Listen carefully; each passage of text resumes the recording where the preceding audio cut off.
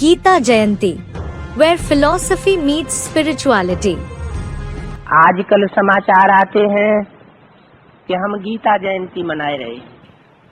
These days, Baba receives the news. We are celebrating Geeta Jayanti. अब गीता को जन्म किसने दिया? Now, who gave birth to the Gita?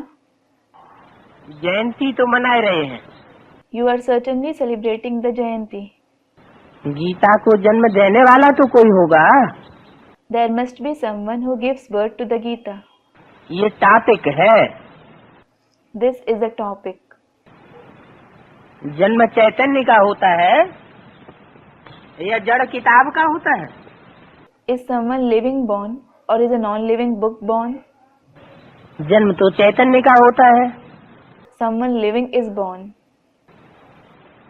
वो तो किताब रख देते हैं। They just place a book. बाप कहते हैं गीता है सब धर्म का माई बाप। The father says, Gita is the mother and father of all the religions.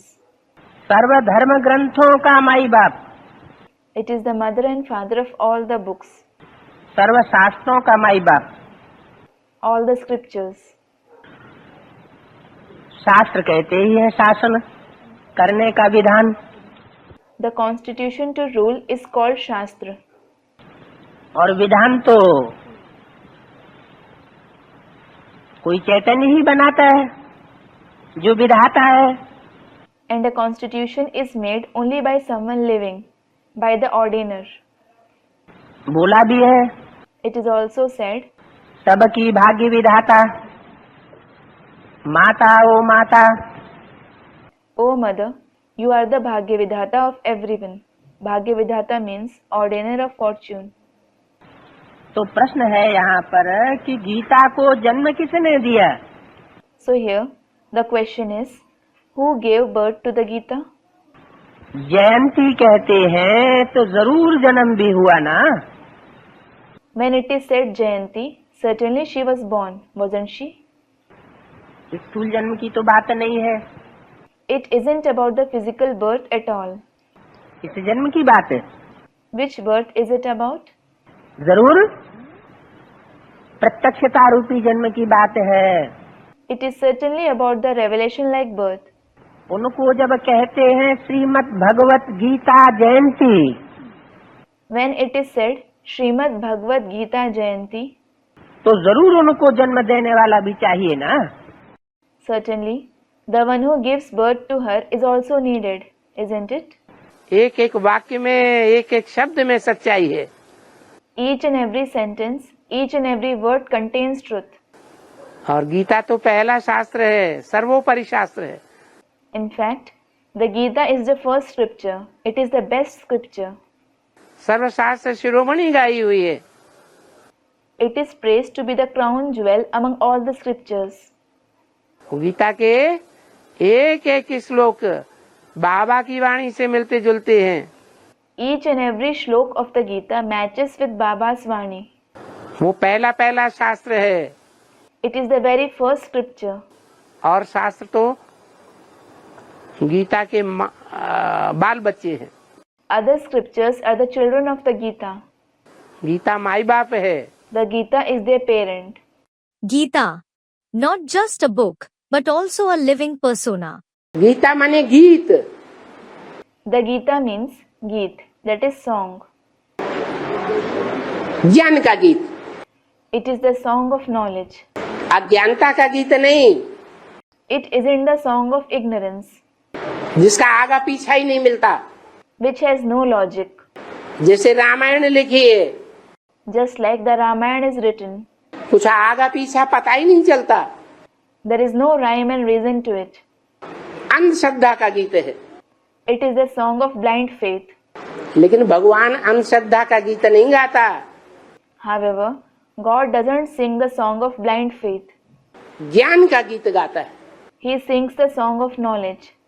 ज्ञान माने जानकारी, Knowledge means information. हर बात की एक्यूरेट जानकारी। The accurate information of every aspect. अंधश्रद्धा अंधविश्वास का नाम निशान नहीं। There is no trace of blind faith or blind belief. हर बात का प्रूफ और प्रमाण मिलेगा। You will get a proof and evidence for everything. इसलिए उसका नाम गीता है। This is why it is named the Gita.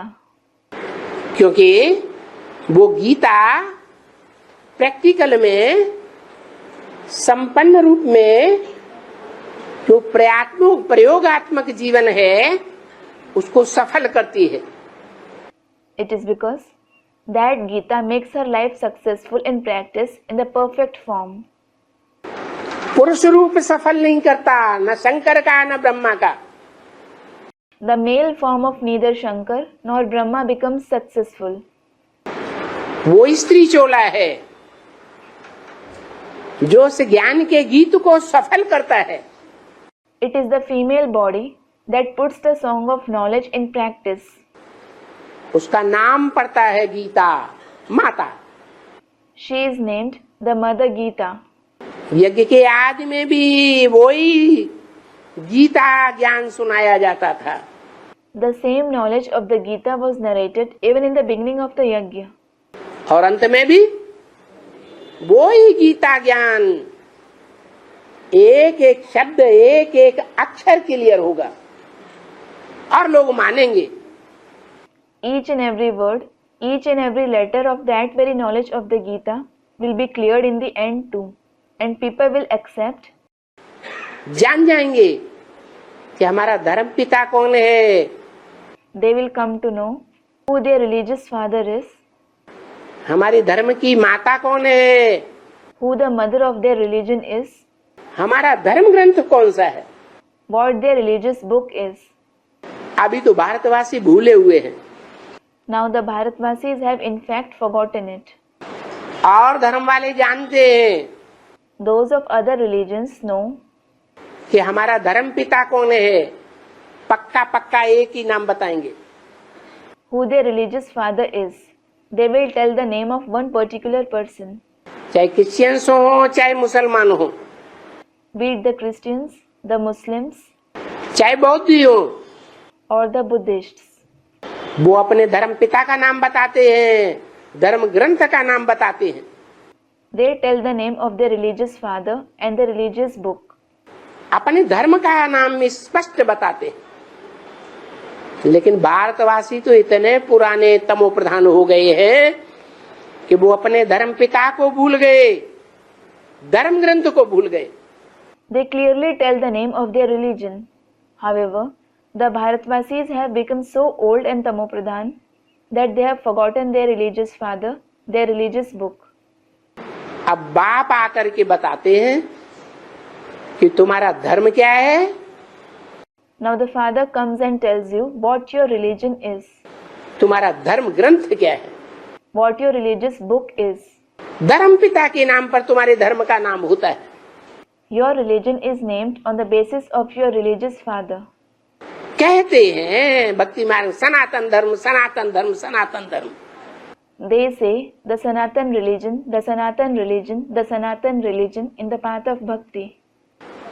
जानते नहीं है कि सनातन धर्म किसने स्थापन किया। They don't know who established the Sanatan religion. जब नाम है सनातन तो उसके गुह्यार्थ में जाना चाहिए ना, शब्द की गुह्यार्थ में। When the name is Sanatan, they should go in the deep meaning of the word, shouldn't they?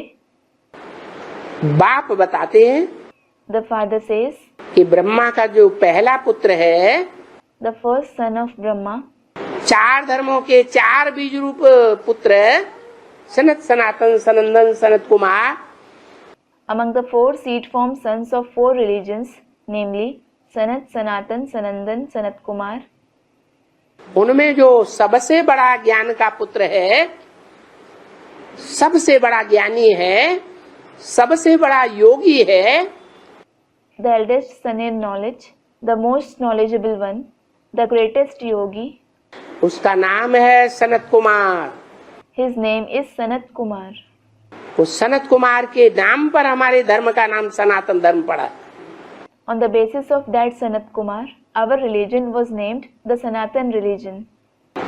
तो धर्म भी क्लियर, धर्म पिता भी clear, So the religion will also be clear. the religious father will also be clear. Sanat Kumar को योगीश्वर के रूप में दिखाया गया, योगियों का ईश्वर। Sanat Kumar has been shown in the form of Yogeshwar, the Lord of Yogis. अब योगियों के ईश्वर एक होगा या तीन तीन होंगे? Will one person be the Lord of Yogis, or will there be three of them? Shankar को भी योगेश्वर बताते हैं। Shankar is also said to be Yogeshwar. Krishna को भी योगीश्वर बताते हैं। Krishna is also said to be Yogeshwar. तो तीन तो ईश्वर नहीं हो सकते। So, there certainly can't be three lords. वास्तव में ये तीनों एक ही हैं। In reality, all the three are one and the same. एक के ही तीन नाम दे दिए हैं शास्त्रों में। The same one has been given three names in the scriptures. तो हमारा धर्म पिता एक है। So, our religious father is one. हमारा धर्म ग्रंथ भी एक है। Our religious book is also one. वो धर्म ग्रंथ है Gita. That religious book is the Gita. Gita माता किस लिए? She is the Mother Gita because क्योंकि उसमें प्योरिटी की इतनी पावर है कि प्योरिटी की पावर से मुख से जो भी बोलती है लोगों के हृदय में उतर जाता है। she has the power of purity to such an extent that because of it, whatever she says gets engraved in people's mind. What was created first, the Gita or the Vedas? Gita को सर्वशास्त्र शिरोमणि कहा जाता है, तो वेदों शास्त्रों से पहले गीता की रचना होना चाहिए थी। वेदों शास्त्रों से पहले गीता की रचना होनी चाहिए थी। गीता को माई बाप कहा जाता है, सर्वशास्त्र शिरोमणि कहा जाता है। वेद कोई शास्त्र नहीं है। Student, the Gita is said to be the crown jewel among all the scriptures. Then, the Gita should have been created before the Vedas and the scriptures. It is because the Gita is called the parent, the crown jewel among all the scriptures. Baba, the Vedas aren't scriptures. वेद माने with, with माने जानना। Ved comes from Vid. Vid means to know. वेद माने जानकारी। Ved means information.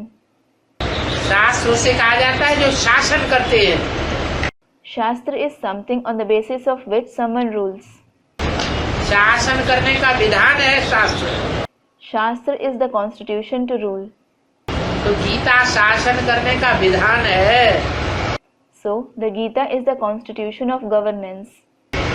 जानकारी का भंडार नहीं है। It isn't the collection of information. वेद ज्ञान के भंडार हैं, The Vedas are the collection of knowledge.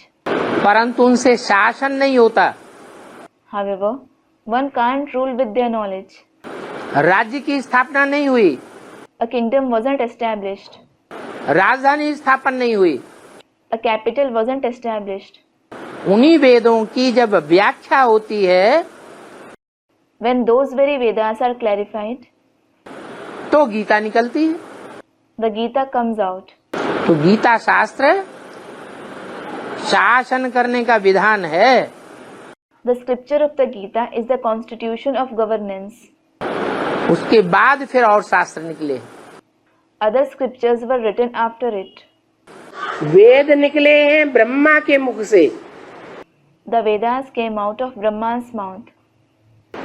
वेद माने विद, विद माने जानना। Ved comes from Vid. Ved means to know. Vidya Like Vidya, जानकारी। information. तो जो जानकारी है वो ब्रह्मा के मुख से निकली, Information came out of Brahma's mouth. लेकिन However, जो गीता ज्ञान है उन वेदों से भी पहले निकला है। the knowledge of the Gita came out even before those Vedas.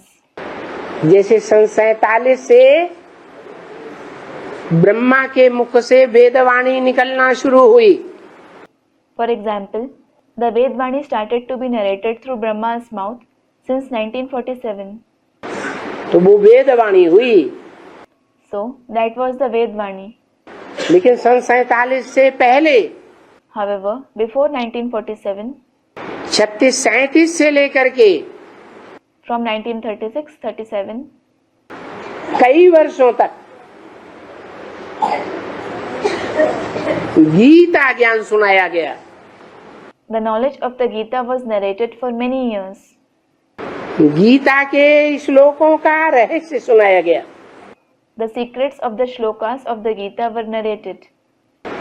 जैसे सभी धर्म ग्रंथ संप्रदाय वालों ने गीता के अपने अपने तरीके से अलग अलग अर्थ कर दिए।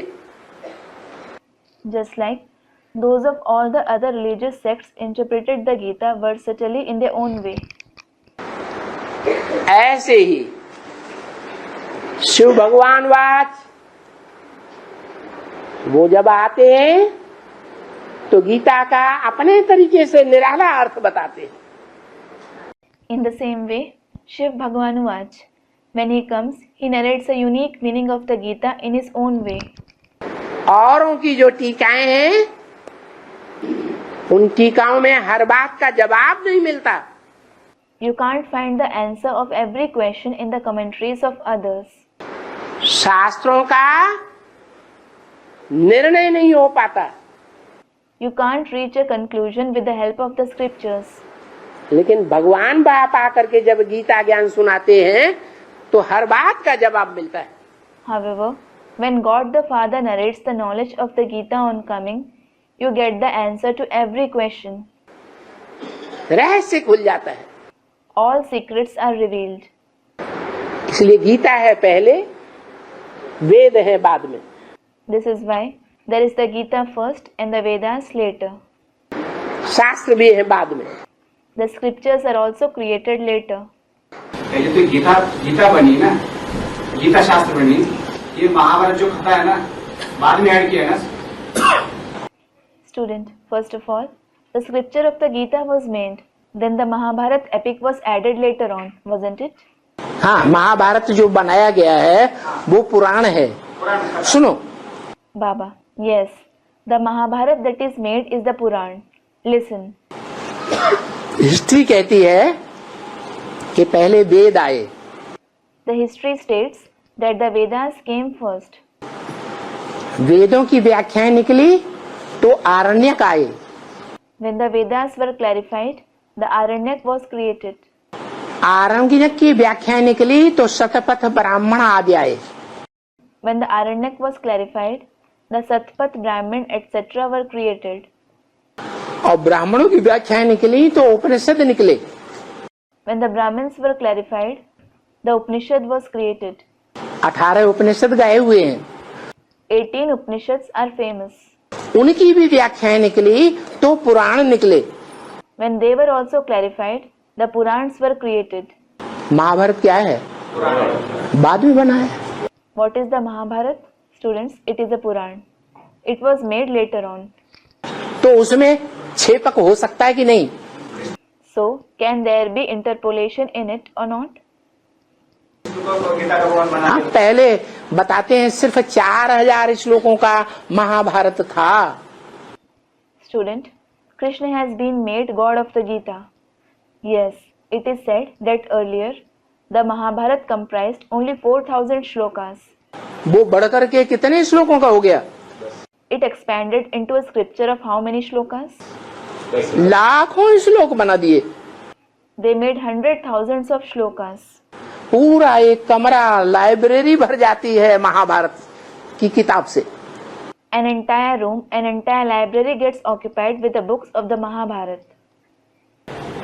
तो भाई का जो प्रश्न था कि अर्जुन जो है शस्त्रों को रखने का मतलब मैं युद्ध नहीं लड़ूंगा बोल के भाई ने प्रश्न पूछा, ये जो लिखा है वो गलत भी तो हो सकता है ना, वो मनमत भी तो हो सकता है ना वो शास्त्रों में? नहीं।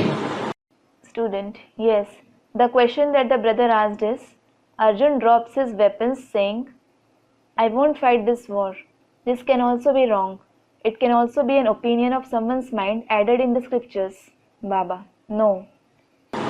जब तक आदमी समझेगा नहीं ज्ञान को तब तक वो अपने तरह की बात करेगा या भगवान की तरह की बात करेगा।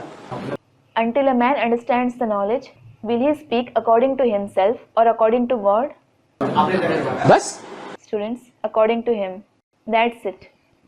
पहले ज्ञान आता है कि पहले ज्ञानदाता आता है?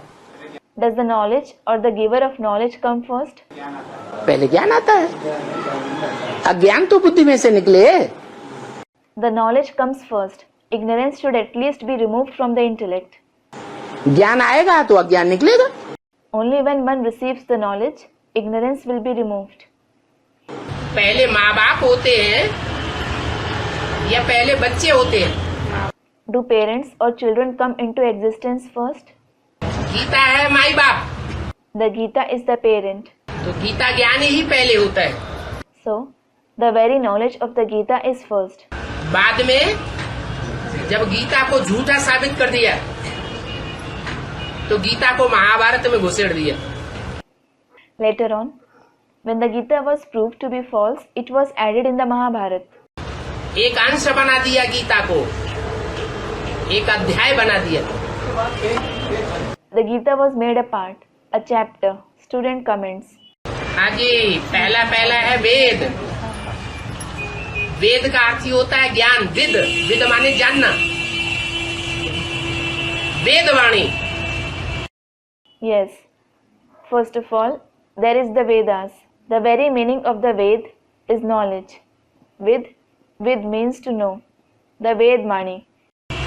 शास्त्रों में लिखा हुआ है कि ब्रह्मा के मुख से वेद निकले। It is written in the scriptures that the Vedas came out of Brahma's mouth. तो वेद निकले माना ज्ञान निकला। So, the Vedas came out meaning the knowledge came out. सच्चाई निकली, The truth came out. परंतु सच्चाई को क्लैरिफाई किसी ने नहीं कर पाया। However, no one could clarify that truth. जिसके मुख से वेद निकले वो भी उनके गुह्यार्थ को नहीं जान पाया। The one through whose mouth the Vedas came out, he couldn't understand their deep meanings either. इसलिए वेदों की फिर व्याख्या हुई। This is why the Vedas were clarified. वेदों से ब्राह्मण निकले, आरण्यक निकले, The Brahman, the Aranyak were created from Vedas. फिर उनकी व्याख्या हुई, उपनिषद निकले, Then they were clarified, and the Upanishads were created. फिर उनकी भी व्याख्या हुई, पुराण निकले। When they were also clarified, the Purans were created. ऐसे व्याख्या का विस्तार होता गया। In this way, the clarification went into expanse. तो मूल में कौन सा शास्त्र है? So, which scripture is the origin? Gita शास्त्र। The scripture of the Gita. The proof of Gita being the crown jewel of all the scriptures. सबसे पुराना शास्त्र कौन है दुनिया में? Baba. Which is the oldest scripture in the Gita? Gita. The Gita. कोई भी चीज, दुनिया की कोई भी चीज पहले सात्विक होती है 100% या तामसी होती है? Everything in the world, be it anything in the world, is it 100% sattvic or tamasi in the beginning? तो जब व्यास ने वो श्लोक रचे थे तो वो सात्विक थे, जो संसार में आज भी सर्वधर्म वाले मानते हैं। सर्वशास्त्रमयी शिरोमणि श्रीमद् भगवत गीता मानते हैं कि नहीं? Students, it is sattvic. So, when Vyas composed those shlokas, were they sattvic? The people of all the religions of the world acknowledge it even today as the Srimad Bhagavad Gita, the crown jewel of all the scriptures. Do they or not? ज्ञान का दुनिया में सबसे श्रेष्ठ ग्रंथ दूसरे धर्म वाले किसको मानते हैं? The most elevated scripture of the knowledge in the world. Which scripture do the people of the other religions consider to be the most elevated? हैं?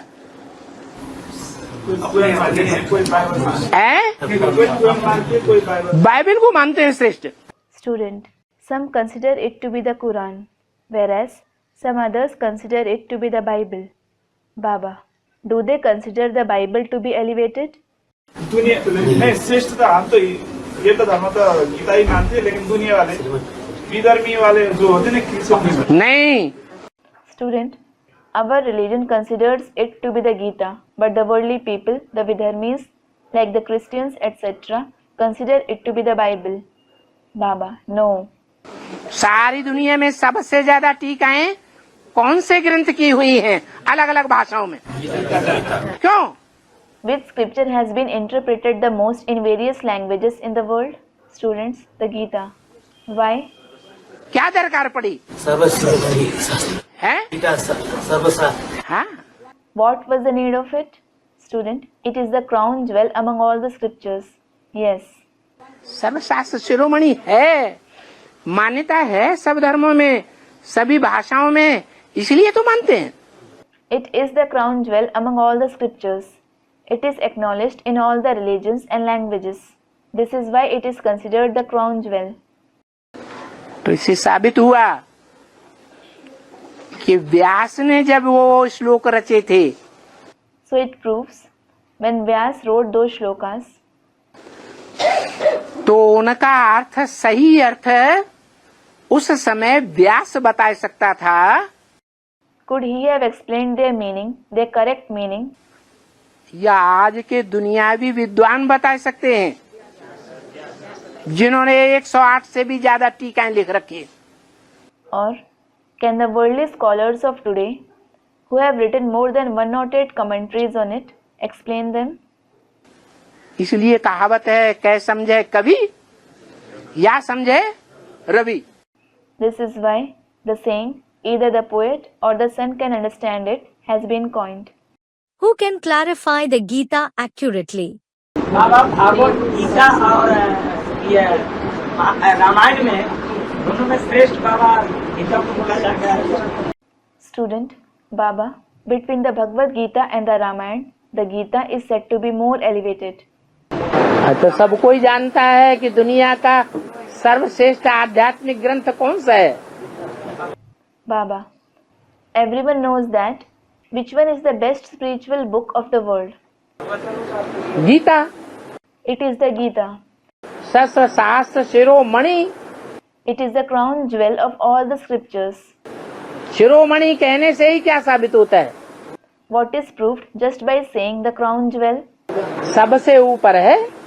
It is at the topmost. जो आध्यात्म ज्ञान गीता में दिया गया है, वो आध्यात्म ज्ञान और कोई भी ग्रंथ में नहीं दिया गया है। The spiritual knowledge that is given in the Gita, it isn't given in any other holy book. वो एक ही गीता, और जितने जितने धर्म प्रचारक आए भारत में, जितने जितने महान विचारक आए, उन्होंने गीता के अलग अलग अर्थ कर दिए। All the religious prophets, all the great thinkers who came in Bharat made different commentaries on the same Gita.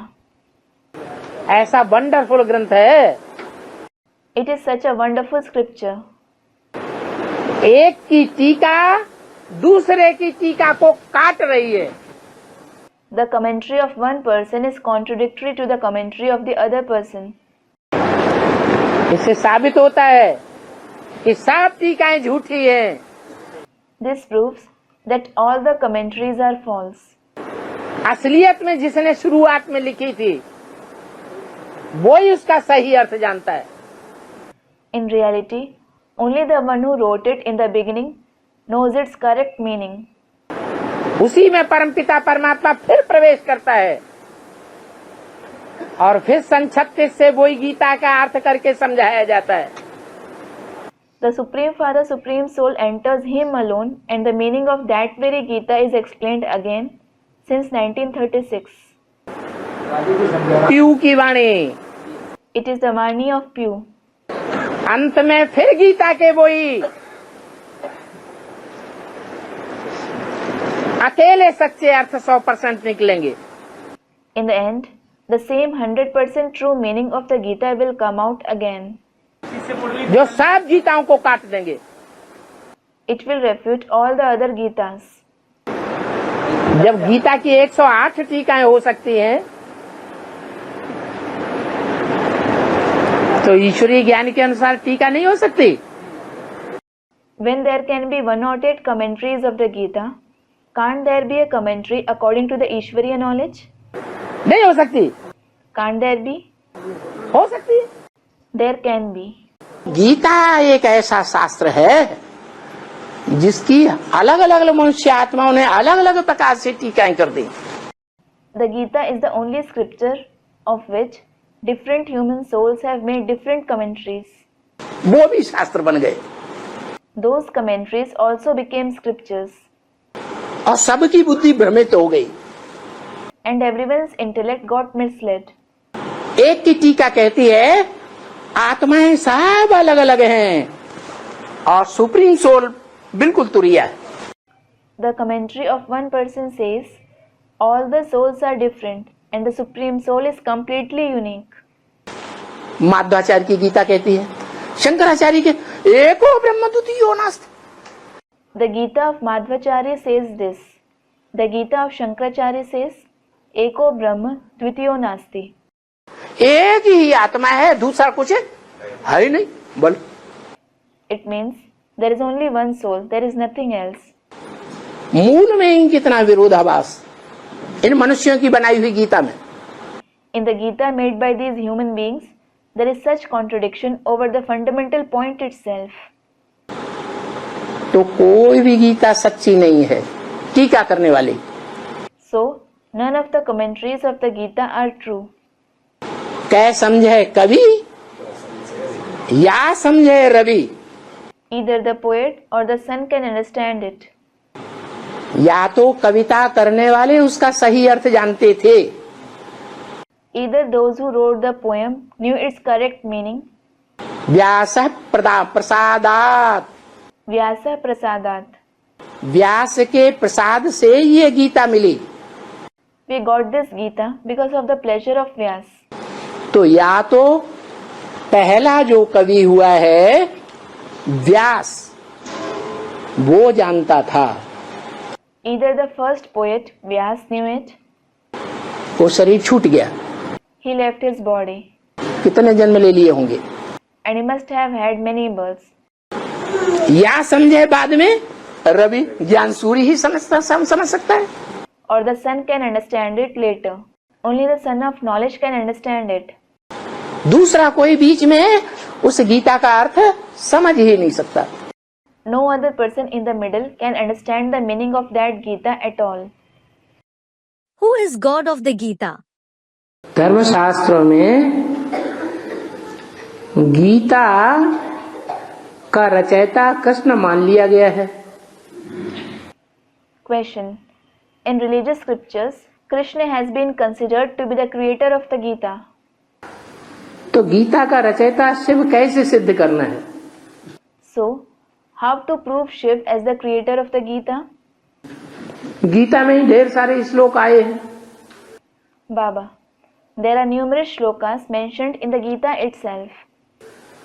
जिन श्लोकों से साबित होता है कि मैं निराकार हूँ, Those shloks prove I am incorporeal, मैं अव्यक्त हूँ, I am avyakt, that is subtle, मैं अज हूँ, अजन्मा हूँ, I am aj, that is ajanma. ऐसे ऐसे महावाक्य ढेर सारे आए हैं जिनसे ये साबित होता है कृष्ण तो अजन्मा नहीं है। There are many of such great sentences which prove that Krishna certainly isn't ajanma. Krishna ने तो जन्म लिया माँ बाप से। He was in fact born through parents. Krishna तो अभोक्ता नहीं है, उन्होंने 16,108 रानियों के साथ भोग भोगे। He certainly isn't abhokta. He sought pleasure with 16,108 queens. उसे अभोक्ता कैसे कह दिया? How was he called abhokta? न अजन्मा है, न अभोक्ता है, न अकर्ता है। He is neither ajanma nor abhokta nor akarta. और शिव तो इस सृष्टि पर आता है, शरीर में प्रवेश करता है, शरीर में प्रवेश करने के बाद भी इतना निर्लिप्त होकर के कार्य करता है, उसे कर्मों का बंधन लगता ही नहीं। कर्म किया न किया। On the contrary, Shiv certainly comes in this world. He enters a body. Even after entering a body, he performs tasks, being so attached that he isn't bound by actions at all. It is as if he didn't perform any actions. देखते हुए भी नहीं देखता, सुनते हुए भी नहीं सुनता. He doesn't see despite seeing. He doesn't hear despite hearing. नहीं तो आज की दुनिया में किसी को 2 गालियां दे दो तो एकदम फनफना के ऊपर आएगा. और शिव बाबा, Otherwise, in today's world, hurl 2 words of insult at someone, he will instantly grow aggressive. And what about Shiv Baba? Shiv बाबा को तो कितनी गालियां मिलती रही. He is insulted a lot. 63 जन्म भी गालियां मिलती रही. He was insulted for 63 births. और अभी प्रैक्टिकल में आया हुआ है तो भी अखबार भरे पड़े हैं, चैनल्स भरे पड़े हैं. आगे चल के और पता नहीं क्या क्या होगा. And even now, when he comes in practice, newspapers, TV channels are full of insult for him. Who knows what else will happen in future? इतना सब कुछ होने के बावजूद भी तो भी मुरली में क्या कहते हैं? Despite all this, what does he say in the Murli? कुत्ते हैं, कुत्तों को भौंकने दो, तुम कुछ भी न करो. They are dogs. Let the dogs bark. Don't do anything. बाबा खुद तो कुछ करने वाला नहीं है, लेकिन बच्चों को भी क्या कह दिया? Baba isn't going to do anything himself. However, what did he tell the children as well? तुम कुछ भी न करो, Don't do anything. तुम गुस्से में नहीं आना. Don't get angry. तो इतना सहन कोई दुनिया में करता है क्या? Does anyone in the world tolerate to such extent? तो वो अकर्ता नहीं है, So, isn't he Akarta? वो अकर्ता भी है. He is Akarta too. अयोनी है. He is Ayoni, meaning the one who isn't born through womb. हम तो सब तो जन्म लेने वाले हैं. All of us have birth, वो थोड़ा ही जन्म गर्भ से जन्म लेता है. whereas he certainly isn't born through womb. Few facts of the Bhagavad Gita which validate the godly knowledge. The secrets of the soul and the supreme soul. शरीर तो साकार है, लेकिन हमारी आत्मा निराकार है. The body is in fact corporeal, but our soul is incorporeal. इस आत्मा की यादगार में यहाँ बिंदु लगाते हैं ना, In the Yadgar of this soul, we apply a bindu here. ये जो बिंदु लगा हुआ है तो ये किस बात की यादगार है? कि हमारी आत्मा बिंदी है. The bindu we have applied is the Yadgar of what? That our soul is a point. बिंदी की लंबाई चौड़ाई नहीं होती. A point has no length or breadth. क्या छोटी सी छोटी हो सकती है, What? It can be made as small as we want. अति सूक्ष्म हो सकती है. It can be extremely subtle. अणु से भी अणुमणियान समनुस्मृत, ऐसे गीता में कहा गया है ना. It is subtler than an atom. Anonaniyam samanusmritya. This has been said in the Gita, hasn't it? कि अणु से भी अनुरूप है. It means it is subtler than an atom. तो बिंदी रूप जो आत्मा है वो शरीर में जब प्रवेश करती है तब शरीर चैतन्य है.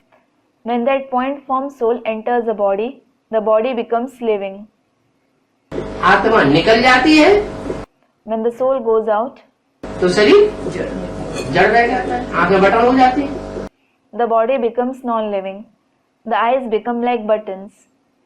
तो आंखों में जो रोशनी निकल रही है वो किस चीज की रोशनी है? So the light coming out of the eyes is the light of what? आत्मा की रोशनी. It is the light of the soul. आत्मा जो ज्योति बिंदु है उस ज्योति बिंदु आत्माओं का बाप भी तो कोई होता होगा. There will also be the father of the point of light souls. वो भी ज्योति बिंदु. सांप का बाप सांप जैसा लंबा. He is also a point of light. A snake's father is long like a snake. हाथी का बाप हाथी जैसा मोटा ताजा. An elephant's father is fat and sturdy like an elephant. चींटी का बाप चींटी जैसा. An ant's father is like an ant. कीटाणु का बाप कीटाणु जैसा. The father of a microbe is like a microbe. तो बिंदु बिंदु आत्माओं का बाप वो बिंदु. So the father of the point of light souls is also a point. लेकिन फर्क क्या है? However, what is the difference? पर ये है वो जन्म मरण के चक्र में नहीं आता। और हम आत्मा एक शरीर लेती है, छोड़ती है, फिर दूसरा शरीर लेती है, फिर छोड़ती है, फिर तीसरा शरीर 84 के चक्कर में हमको आना पड़ता है। The difference is that he doesn't come in the cycle of birth and death, whereas we souls, we take on a body, then we leave it. We take on another body, then we leave it. We take on a third body. We must come in the cycle of 84 births. लेकिन जो परम पिता परमात्मा, उसको 84 के चक्कर में नहीं आना पड़ता है, क्योंकि अगर वो भी 84 के चक्कर में आ जाए तो हमको हमारी आत्मा का परिचय और परमात्मा का परिचय और सृष्टि के राज का परिचय कोई नहीं दे सकता। However, the Supreme Father, Supreme Soul, needn't come in the cycle of 84 births, because if he also comes in the cycle of 84 births, no one could give us the introduction of our soul, the introduction of the Supreme Soul, the introduction of the secret of the world. एक वही अजन्मा ऐसा है जो हमको सृष्टि के are पार का ज्ञान देता है। He alone is that Ajanma who gives us the precise knowledge of the world. आत्मा के पूरे 84 जन्मों का ज्ञान देता है। He gives us the knowledge of all 84 births of the soul. Human souls don't reincarnate in the 8.4 million species. Gita में sir कौन से श्लोक है जिससे हम ये सिद्ध कर सकते हैं कि मनुष्य 84 लाख यूनिट नहीं है? Student, through which shlok in the Gita can we prove that human souls don't incarnate in 84 lakh species? मूढ़ा जन्मनि जन्मनि। Baba, मूढ़ा जन्मनि जन्मनि। जो मूढ़ बुद्धि मनुष्य होते हैं, जो ईश्वरीय ज्ञान को नहीं समझते हैं, ईश्वर को नहीं पहचानते हैं, वो जन्म जन्मांतर नरक की योनियों में जन्म लेते हैं। The human beings with a foolish intellect, who don't understand the Ishvariya knowledge, who don't recognize God, they are born in the species of hell, birth after birth. नरक की योनियां मनुष्य की योनियां ही हैं। Human species itself is the species of hell. कोई दूसरी नहीं है। It is no other species. The divine birth of God. शब्द आता है गीता में, प्रवेष्टुम। The word praveshtum is mentioned in the Gita. मैं प्रवेश करने योग्य हूँ। I am capable of entering. जैसे भूत प्रेत आत्माएं प्रवेश कर जाती हैं, वैसे मैं भी प्रवेश कर जाता हूँ। Just like ghosts and spirits enter someone, in the same way, I also enter. किसमें प्रवेश करता हूँ? Whom do I enter? किसमें प्रवेश करता हूँ? Whom do I enter? लोग कहते हैं वो सर्वव्यापी है। People say that he is omnipresent. क्या? What? मेरे में है, तेरे में है, इसमें है, उसमें है, उसमें है, चींटी में है, कीड़े में है, मकोड़े में है, सब में परमात्मा है। He is present in me, he is present in you, he is present in that one, he is present in this one, he is present in an ant, an insect, a spider. The Supreme Soul is present in everyone. अरे सब में प्रवेश होगा तो वो God father कहा जाएगा? Array, when he enters everyone, will he be called God the Father? God father एक होगा या अनेक होंगे? एक होगा। Will God the Father be one or many? He will be one. तो ये सृष्टि में वो एक व्यापी बन के आता है। So, he comes as एक व्यापी in this world. सब में प्रवेश नहीं होता है, और जिसमें व्यापी होकर के आता है उसकी आज भी मूर्तियां सबसे ज्यादा संसार में पाई जा रही है, वो है शंकर की मूर्ति। क्या? He doesn't enter everyone, and the one in whom he enters, his idols are found the most in the world even today. It is the idols of Shankar. What? एक मूर्ति ऐसी है जिसे जैनी लोग तीर्थंकर कहते हैं, वो भी नग्न मूर्तियां बनाते हैं। There is one of such idol which the Jains call Tirthankar. They also make a naked idol. हिंदुओं में उसे शंकर कहते हैं। The Hindus call him Shankar. अंग्रेज लोग उसे आदम कहते हैं, मुसलमान लोग उसे आदम कहते हैं, अंग्रेज लोग एडम कहते हैं। The Muslims call him Adam. The Christians call him Adam. जैनी लोग उसे आदिनाथ कहते हैं। The Jains call him Adinath. माने सृष्टि का पहला पुरुष जो हुआ है, जिसने ये सृष्टि का निर्माण शुरू किया, वो एक ही है सब धर्मों में। It means the first man of the world who started creating this world is only one in every religion. उस एक की मान्यता एक जैसी है। That one is accepted alike. सब उसको, हाँ, नाम अलग अलग हो गए, The names are different. नाम अलग अलग हो गए, तो धर्म खंडों में काम भी उसने अलग अलग किए होंगे। When the names are different, he must have performed different tasks in those religious lands. अलग अलग धर्म खंड है ना, क्रिश्चियन धर्म खंड, Europe, America. There are different religious lands, aren't there? Europe, America are the Christian religious lands. मुस्लिम धर्म खंड, अफ्रीका, अरब देश, और ये Iran, Afghanistan. Africa, Arabian countries, Iran, Afghanistan are the Muslim religious lands. ये सब मुसलमानों को पलटने के देश है। All these are the countries where the Muslims prosper. बौद्ध धर्म खंड, चीन, जापान, तिब्बत, ये बौद्ध धर्म खंड। China, Japan, Tibet are the Buddhist religious lands. तो इन धर्म खंडों में परमात्मा ने कोई स्पेशल पार्ट अलग अलग बजाया है। In these religious lands, the Supreme Soul played special unique parts. इसलिए उसको अलग अलग नामों से माना जाता है। This is why he is accepted with different names. वो है निराकार, He is indeed incorporeal.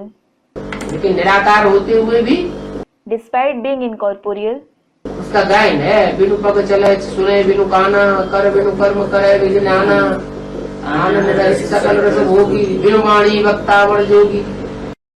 he is praised as बिनु पग चले सुने बिनु काना, कर बिनु कर्म करे विधि नाना, आनन रहित सकल रस भोगी, बिनु वाणी वक्तावर जोगी. Meaning, he walks without feet, hears without ears, and performs a variety of karmas without hands.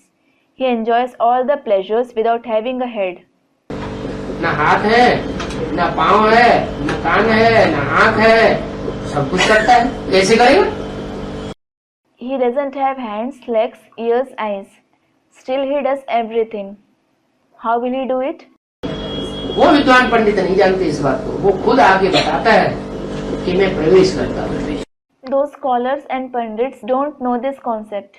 He himself comes and says, I enter someone. किसमें प्रवेश करता हूँ? Whom do I enter? जो मनुष्य सृष्टि का हीरो पार्टधारी होगा, उसमें प्रवेश करता हूँ। I enter the hero actor of the human world. वो हीरो पार्टधारी शंकर, आदम है, एडम है। Shankar is that hero actor. He is Adam, Adam. इसमें प्रवेश करते हैं। He enters him. प्रवेश करके उसके द्वारा ऐसी सृष्टि का निर्माण करता है जिसे स्वर्ग कहा जाता है। And after entering him, he creates such a world through him which is called heaven. God's incarnation in an ordinary human body. भगवान नहीं कहता आकर के तुम्हें भगवान तो बहुत साधारण तन में आता है। गीता में लिखा हुआ है, मुझे साधारण तन में आए हुए को मूढ़मती को पहचान नहीं पाते। God doesn't come and say, I am God. In fact, he comes in a very ordinary body. It is written in the Gita, foolish people can't recognize me, the one who has come in an ordinary body. वो उसको बहुत साधारण समझते हैं, तो उसका तिरस्कार करते हैं भगवान को। They consider him to be very ordinary and insult him. भगवान उस तिरस्कार को भी सहन कर लेता है। God tolerates even that insult. सहन करते करते संसार में वो कलंकीधर के रूप में प्रत्यक्ष हो जाता है। Because of tolerating it, he becomes famous as Kalankidhar in the world. The Gita wasn't recited in the copperage. पहले ये बताओ कि जिसे हम झूठी गीता कहते हैं, वो कब लिखी गई थी? द्वापर में लिखी गई कि द्वापर के मध्य में लिखी गई कि अंत में लिखी गई? First of all, tell me, the one which we call the false Gita, when was it written? Was it written in the copper age, in the middle of the copper age, or the end of the copper age? अंत में लिखी गई। Students, in the end, was it written in the end? हैं? द्वापर के आदि में लिखी गई। It was written in the beginning of the Copper Age. द्वापर के आदि में सतो प्रधान द्वापर था या तमो प्रधान द्वापर था? Was the Copper Age Satopradhan or Tamopradhan in the beginning? है? सतो प्रधान था। तो गीता के श्लोक भी सतो प्रधान रहे होंगे या तमो प्रधान रहे होंगे? It was Satopradhan. So, will the shlokas of the Gita have also been Satopradhan or Tamopradhan? है? सतो प्रधान श्लोक हैं, The shloks are Satopradhan. लेकिन उन सतो प्रधान श्लोकों को बाद में जो मनुष्य पैदा हुए उनके शिष्य, उन्होंने उसमें विकारी बुद्धि होने के कारण उनका निरर्थक अर्थ कर दिया। However, the human beings who were born later on, the disciples interpreted it wrongly because of having a vicious intellect. क्या? What? अर्थ का अनर्थ कर दिया। They derived a wrong meaning. वो अर्थ का जो अनर्थ हुआ है द्वापर और कलयुग में, वो झूठी गीता हो गई। The wrong meaning that has been derived in the Copper and Iron Age is the false Gita. कीट और कीरो विदेशी विद्वान हुए हैं, Keith and Kiro were foreign scholars. उन्होंने रिसर्च की है, रिसर्च करके ये बताया है गीता पहले निरीश्वरवादी कविता थी। They did a research and said earlier the Gita was a non-sectarian composition. बाद में कृष्ण के उपासकों ने उसमें साकार कृष्ण का नाम डाल दिया। Later on, the worshippers of Krishna added the name of the corporeal Krishna in it. जो गीता के श्लोकों से टैली ही नहीं होता है। It doesn't tally with the shloks of the Gita at all. तो गीता को बाद में तमो प्रधान झूठी बनाया गया या पहले से ही झूठी थी? So, was the Gita made Tamopradhan and false later on, or was it false earlier itself? बाद में तमो प्रधान बनाया गया। It was made Tamopradhan later on. जितने भी टीकाकार हुए हैं उन टीकाकारों ने परमात्मा को सर्वव्यापी समझ करके गीता का श्लोक का अर्थ किया। All the commenters of the Gita considered the Supreme Soul to be omnipresent and explained the meaning of the Gita. अभी सच्ची बात हमको पता चली है, Now we have come to know the truth. तो हम गीता का अर्थ जो ऐसा होना चाहिए वैसा ही निकाल सकते हैं। So, we can take out the exact meaning of the Gita. पहला ही श्लोक ले लो, धर्म क्षेत्रे कुरुक्षेत्रे संवेता युयुत्सव। Take for example the first slok. धर्म क्षेत्रे कुरुक्षेत्रे संवेता युत्सव. ये धर्मों का क्षेत्र कौन सी युग में होता है? In which age is there the battlefield of religions? हैं? अनेक धर्मों का क्षेत्र, धर्म युद्ध का क्षेत्र, खेत, धर्म युद्ध की स्थली कौन से युग में होती है?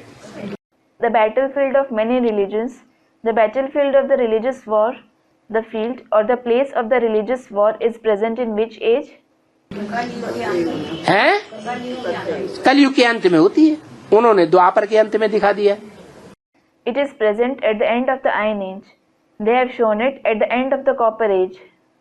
तो पहले ही श्लोक से उन्होंने गलती करना शुरू कर दिया। So they started making mistakes from the first slok itself. अनेक प्रकार के धर्म जो हैं उनके क्षेत्र में, युद्ध क्षेत्र में हर धर्म वाला अपनी अपनी बात खींचे चला जा रहा है। In the battlefield of many kinds of religions, people of every religion are coming up with their theories. सच्चाई क्या है? क्रिश्चियन धर्म सच्चा है, मुस्लिम धर्म सच्चा है, कुरान सच्ची है, बाइबल सच्ची है। क्या सच्चा है? धम्मपद सच्चा है। What is the truth? Is the Christian religion, the Muslim religion true? Are the Quran, the Bible true? What is true? Is the Dhammapad true? या गुरु ग्रंथ साहब सच्चा है, किसी को कुछ पता ही नहीं चलता, युद्ध हो रहा है लगातार। Or is the Guru Granth Sahib true? No one knows it. They are continuously fighting. उन धर्मों के आधार पर जो कर्म कांड तैयार किए गए हैं कि ऐसे ऐसे कर्म करना चाहिए। Karmakand which are made on the basis of those religions that one should perform such actions. Karmakand means ceremonial acts and sacrificial rites or rituals. जैसे कोई मुर्दा हो जाता है, शरीर छोड़ जाता है, तो क्रिश्चियन कहते हैं उसे गाड़ देना चाहिए. Just like when someone is dead, when he leaves his body, the Christians say, we must bury him. मुसलमान कहते हैं गाड़ देना चाहिए. The Muslims also say, we must bury him.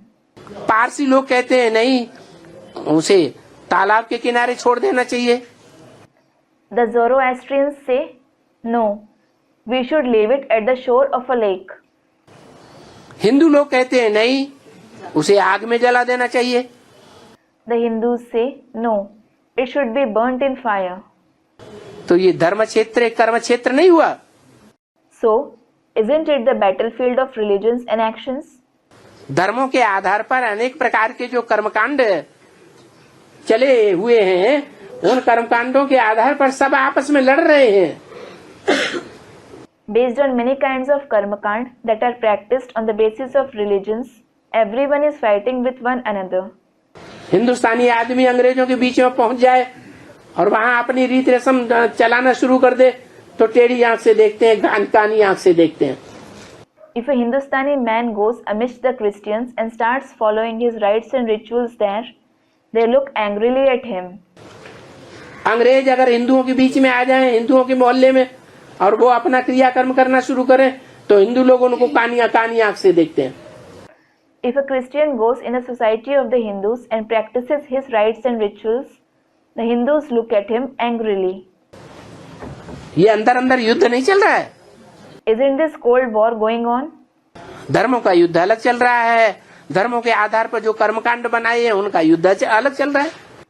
The war of religions is going on separately, and the war of karmakand based on religions is going on separately. Gita ज्ञान, जो गीता ज्ञान है वो तो महाभारत में युद्ध के टाइम में दिया था, लेकिन कृष्ण का टाइम कौन सा था? द्वापर युग.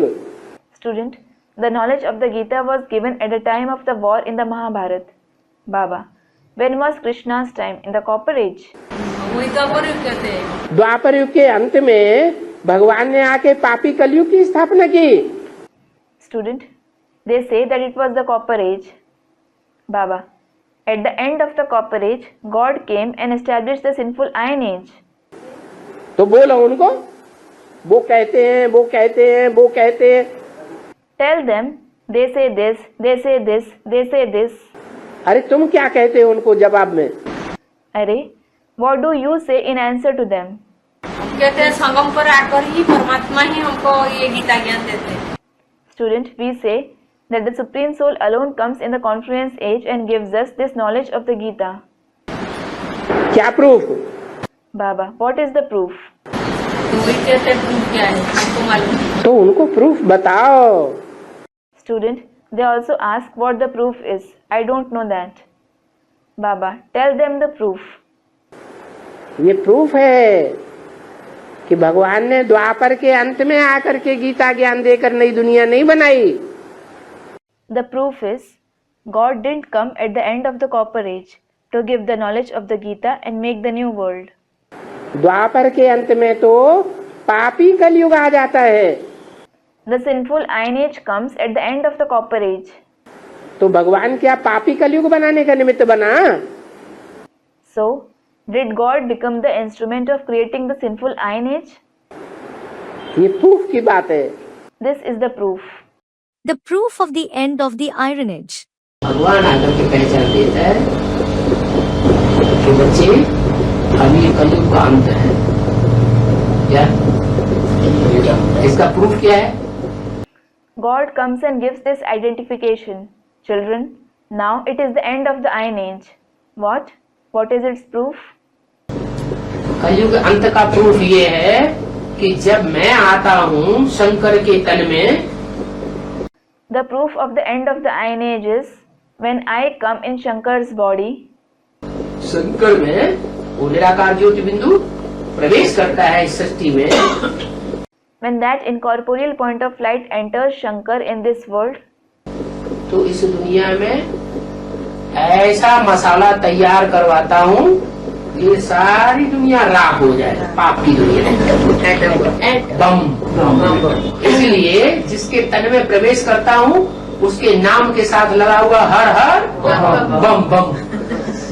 I have such gunpowder made in this world that the entire sinful world turns into ashes, bombs.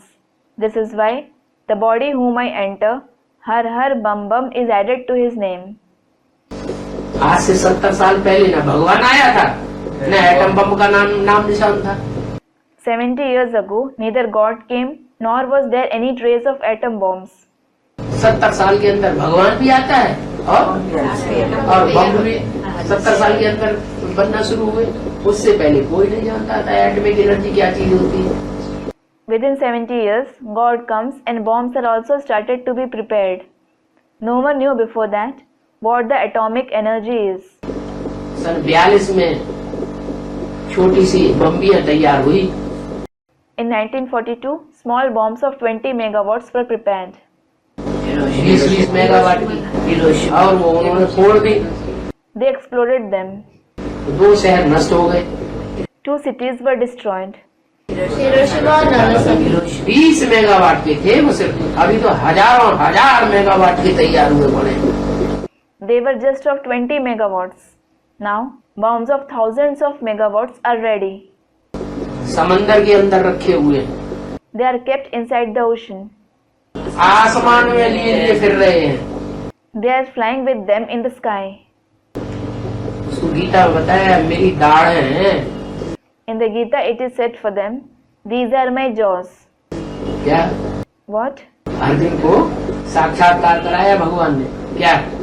God made Arjun have a vision. What? देख मेरी दाढ़ों को देख, Look at my jaws. इन दाढ़ों में सारी दुनिया चबाई जाने वाली है। The entire world is about to be chewed between these jaws. ऊपर की दाढ़ें और नीचे की दाढ़ें, कौन सी दाढ़ें हैं? वही एटम है। The jaws above and the jaws below. What are these jaws? ये एटॉमिक एनर्जी जो जब भगवान आता है तो तैयार कराता है। Those very atom bombs. When God comes, He has this atomic energy created. क्यों भगवान ऐसा काम क्यों कराता? Why? Why does God enable such a task? भगवान को विनाश का काम थोड़ी करना चाहिए। He certainly shouldn't perform the task of destruction. भगवान आएगा तो उसे कंस्ट्रक्शन करना चाहिए, निर्माण करना चाहिए या विनाश करना चाहिए। When God comes, should He do construction? Should He create or should He destroy? है? दोनों काम करता है। जब तक पुराना मकान गिराया नहीं जाएगा नया मकान बनेगा नहीं। Unless the old building is demolished, the new building won't be built. When will the real Gita Jayanti be celebrated? तो शिव जयंती सो Gita Jayanti. Shiv Jayanti, so Gita Jayanti. जब महाशिवरात्रि होगी, इस दुनिया में घोर अज्ञान काल की महाशिवरात्रि होगी, सभी अज्ञान अंधकार में डूब जाएंगे। उस समय किसकी जयंती? When it is Mahashivratri of the period of extreme ignorance, when everyone gets immersed in the darkness of ignorance, whose Jayanti is it? Shiv Jayanti so Gita Jayanti. Shiv Jayanti, so Gita Jayanti. क्यों? Why? उससे पहले क्यों नहीं Why not before that? है? Student, only when he is revealed. Yes. उस समय से पहले गीता आने वाली नहीं है। The Gita isn't going to come before that time. उसी समय ठीक उसी टाइम पर गीता जयंती माने जय जयकार। At that very time, right at that time, there will be Gita Jayanti, meaning there will be the sounds of victory. किसकी जी जय जयकार? The sounds of whose victory? Gita माता की जय जयकार। Of the Mother Gita.